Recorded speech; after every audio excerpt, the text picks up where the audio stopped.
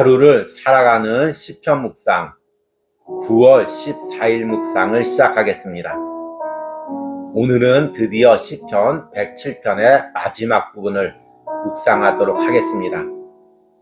오늘 시편 묵상의 제목은 인생을 역전시키는 하나님의 섭리입니다.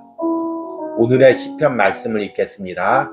시편 107편 33절에서 43절입니다.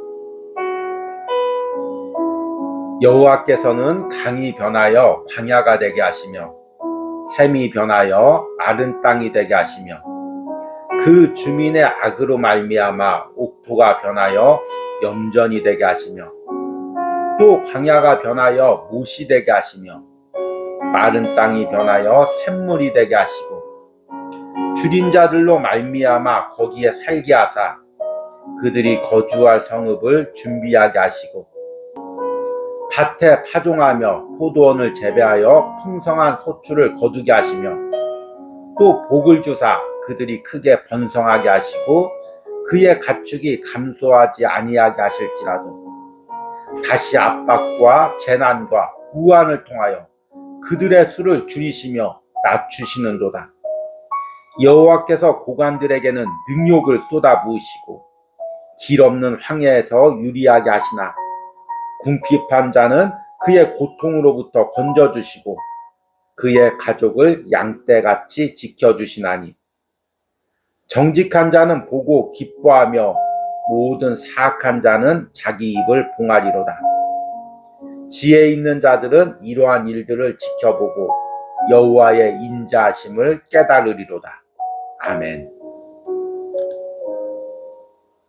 오늘의 시편 묵상입니다. 오래전 주일학교에서 아이들을 가르쳤을 때 두 부류의 아이들이 있었습니다. 하나는 교회 장로님이나 집사님들의 아이들이었습니다. 이들은 부모님의 적극적인 지원과 풍성함 속에서 교회를 다니지만 그로 인해 오히려 예배에 대한 열망을 가지지 못하게 했습니다. 그래서 주일 아침이면 부모님이 억지로 교회로 보내는 아이들도 있었습니다. 다른 하나는 교회를 다니지 않는 부모님에게서 온갖 핍박과 꾸지럼을 들으면서도 교회에 나오는 아이들이었습니다. 이들은 예배 때 하나님을 만난다는 순진한 마음에 주일 아침이면 제일 먼저 교회에 와서 기다리고 있는 아이들도 있었습니다. 그런데 10여 년이 지난 후 이들을 만났을 때 그들의 상황이 역전되어 있는 것을 보게 됩니다. 신앙의 가정에서 자란 아이는 성인이 되어 신앙에 방황을 하고 있고 핍박을 받으며 교회를 나왔던 아이는 신앙의 뿌리를 내리고 든든히 서 있는 것입니다. 시편 107편의 마지막 부분은 세상과 사람의 상황을 변화시키는 하나님의 섭리를 찬양하고 있습니다. 하나님은 강이 광야가 되게 하시기도 하시고 그 광야가 다시 샘이 되게도 하십니다. 또 하나님은 줄인 자들에게 거주할 성읍을 주셔서 풍성한 소산을 거두게 하시다가 또 다시 재난과 우환으로 낮추시기도 하십니다. 사회적 지위가 높은 사람들에게 능욕을 당하게 하시다가 가난한 자들을 높여주시기도 하십니다. 시편의 기도자는 이 모든 것을 보고 여호와의 인자하심을 깨달으라고 선포합니다. 시편 107편에는 인생의 다양한 고난의 상황 속에서 역전의 기적을 베푸시는 하나님의 인자하심을 노래하고 있습니다. 광야에서, 흑암에서, 바다에서 하나님은 위기에 처한 사람을 구원해내십니다. 그런데 오늘 시편에서는 또 그렇게 위기에서 구원한 사람들을 다시 낮추신다고 말합니다. 인간의 눈에는 변덕스럽게 보이는 이런 일을 시편의 기도자는 왜 하나님의 인자하심과 선하심으로 찬양할까요? 여기에 하나님이 당신의 자녀들을 돌보시는 극진한 사랑이 담겨져 있기 때문입니다.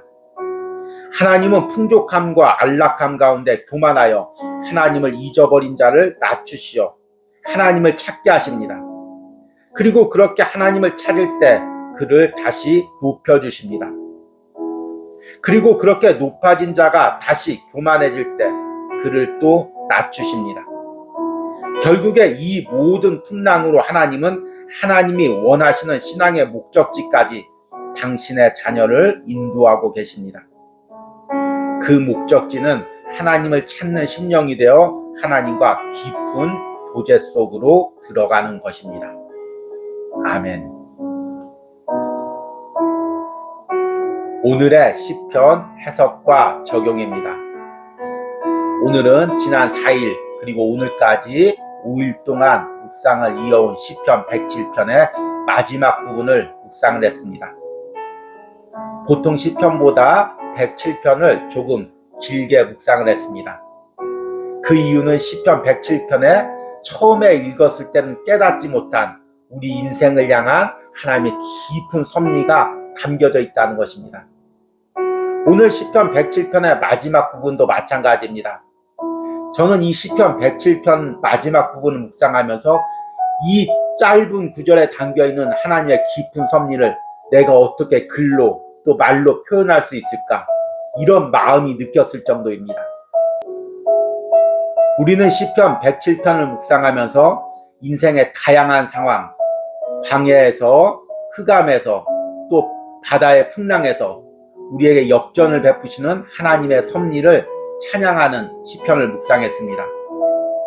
그런데 오늘 시편에서는 이 모든 것이 때론 우리가 풍랑을 만나고 광야에 처하게 된 것, 길을 잃고 헤매게 된 것, 이 모든 것이 하나님의 섭리 속에 있음을 고백합니다. 오늘 시편 마지막 부분을 시작하면서 시편의 기도자는 먼저 하나님께서 땅을 변화시키는 기적을 노래합니다. 37절과 35절에 여호와께서는 강이 변하여 광야가 되게 하시며 샘이 변하여 마른 땅이 되게 하시며 그 주민의 악으로 말미암아 옥토가 변하여 염전이 되게 하시며 또 광야가 변하여 못이 되게 하시며 마른 땅이 변하여 샘물이 되게 하시고, 이것을 요약해보면 하나님께서 좋은 땅을 광야가 되게 하시기도 하고 또 광야를 다시 좋은 땅으로 바꾸기도 하신다는 것입니다. 이것이 우리 인생에도 그대로 적용됩니다. 36절 이후 보니까 줄인 자들로 말미암아 거기에 살게 하사 그들이 거주할 성읍을 준비하게 하시고 밭에 파종하여 포도원을 재배하여 풍성한 소출을 거두게 하시며 또 복을 주사 그들이 크게 번성하게 하시고 그의 가축이 감소하지 아니하게 하실지라도 다시 압박과 재난과 우환을 통하여 그들의 수를 줄이시며 낮추시는도다. 하나님께서 핍박받는 자, 가난한 자를 거주할 성읍을 주시고 풍성한 소산을 거두게 하시다가도 다시 그들을 낮춰서 또 고난을 당하게 하신다는 것입니다. 시편의 기도자는 이것을 하나님의 인자하심으로 찬양을 합니다. 오늘 읽은 시편 마지막 부분, 시편 107편의 마지막 부분이 되겠습니다. 이 부분에서 시편의 기도자가 이렇게 고백합니다. 정직한 자는 보고 기뻐하며 모든 사악한 자는 자기 입을 봉하리로다. 지혜 있는 자들은 이러한 일들을 지켜보고 여호와의 인자하심을 깨달으리로다. 여기서 인자하심이라 무엇일까요?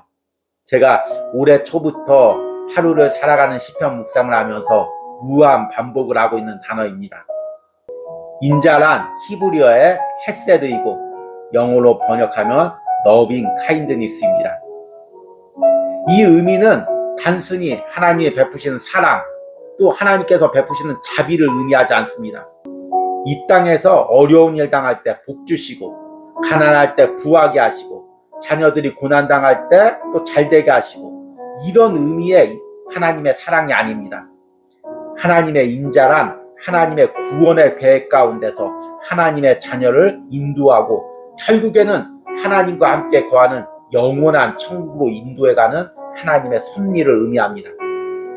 그러기에 그가 하나님을 찾지 못하고 세상의 부유함 때문에 하나님을 멀어지면 때로는 어려움을 당하게 하시고, 그 어려움 속에서 하나님을 찾으면 다시 풍족한 부를 주시고, 또 그 부함과 풍족함 속에서 교만하여 하나님을 멀리하면 다시 낮추시고, 이렇게 마치 어제 묵상에서처럼 바다에서 풍랑을 만나는 것처럼 높이시기도 하시고 낮추시기도 하시고, 그 가운데 하나님께서 원하시는 그 목적지로 인도해 가는 것, 이것이 바로 하나님의 인자이고 하나님의 사랑인 것입니다.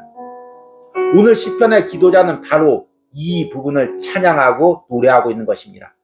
그리고 이것이 시편 107편의 전체적인 주제이기도 합니다. 우리가 성경을 읽다 보면, 그리고 깊이 묵상하다 보면 이 하나님의 섭리가 나옵니다. 그래서 어떤 학자들은 성경을 역전의 신학이라는 관점에서 보고 있습니다. 역전이란 인생을 바꾼다는 것입니다. 세상에서 부유한 자가 가난해지고 가난한 자가 부유해지는 것입니다. 이 대표적인 고백이 사무엘상 2장의 한나의 고백입니다. 사무엘상 2장 5절을 보니까 풍족한 자들은 양식을 위하여 품을 팔고 줄이던 자들은 다시 줄이지 아니하는도다. 전에 임신하지 못하던 자는 7을 낳았고 많은 자녀를 둔 자는 쇠약하도다. 여호와는 죽이기도 하시고 살리기도 하시며 스올에 내리게도 하시고 거기에서 올리기도 하시는도다. 여호와는 가난하게도 하시고 부하게도 하시며 낮추기도 하시고 높이기도 하시는도다.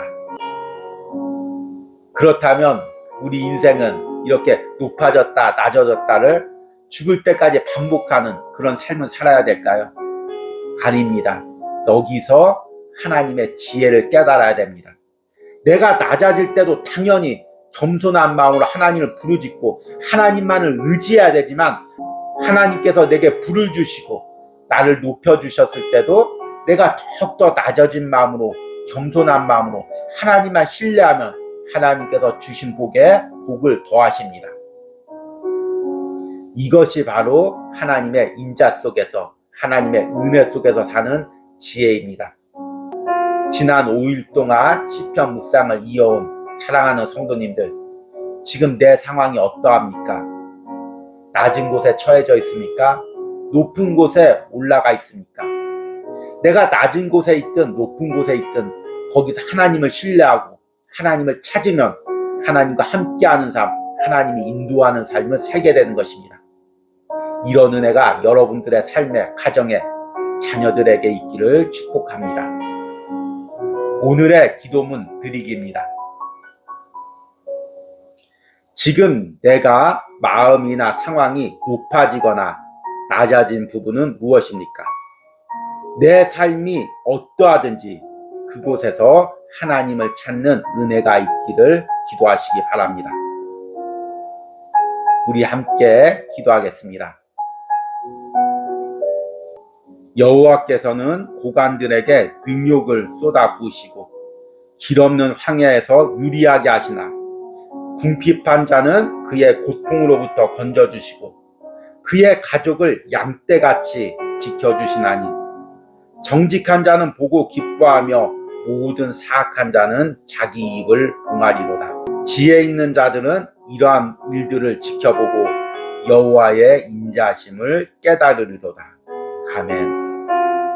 주님, 지난 5일간 시편 107편을 묵상하며 우리 인생을 향한 하나님의 인자한 섭리를 깨닫게 됩니다. 하나님은 우리를 높이시기도 하시고 낮추시기도 하시고 풍족하게도 하시고 가난하게도 하시고, 이 모든 하나님의 섭리 가운데, 이 모든 풍랑 가운데 하나님께서 원하시는 것이 하나님을 간절히 찾고 하나님이 원하시는 목적지까지 우리를 인도하시는 것임을 깨닫게 합니다. 주님, 내가 부유할 때나 가난할 때나 더욱더 하나님만을 붙들고 하나님을 신뢰하고 더 낮아지고 더 겸손한 마음으로 살아가게 하여 주셨거든요. 이런 은혜가 5일 동안 시편 107편을 묵상한 모든 신령과 가정과 자녀들 가운데 있기를 간절히 축복합니다. 예수님의 이름으로 기도했습니다. 아멘.